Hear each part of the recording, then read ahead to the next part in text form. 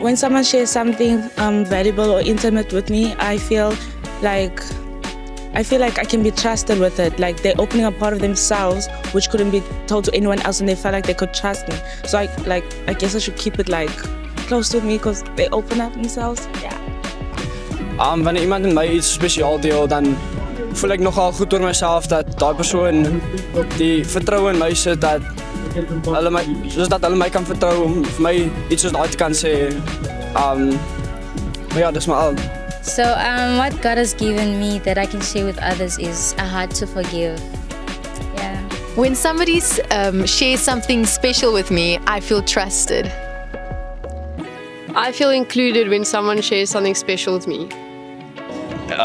Ek voel baie as iemand iets spesiaal met my deel, voel dit vir my baie lekker want dit voel asof hulle actually gemaklik kan wees om my. En ja, is maar dit.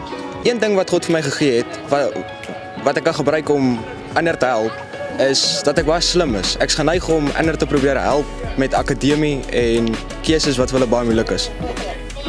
Wat beteken dit vir my as iemand iets spesiaal met my deel? Wel, vir my is dit dat hulle my vertrou en dat die Here hulle op gemak sit om die spesiale ding met my te deel.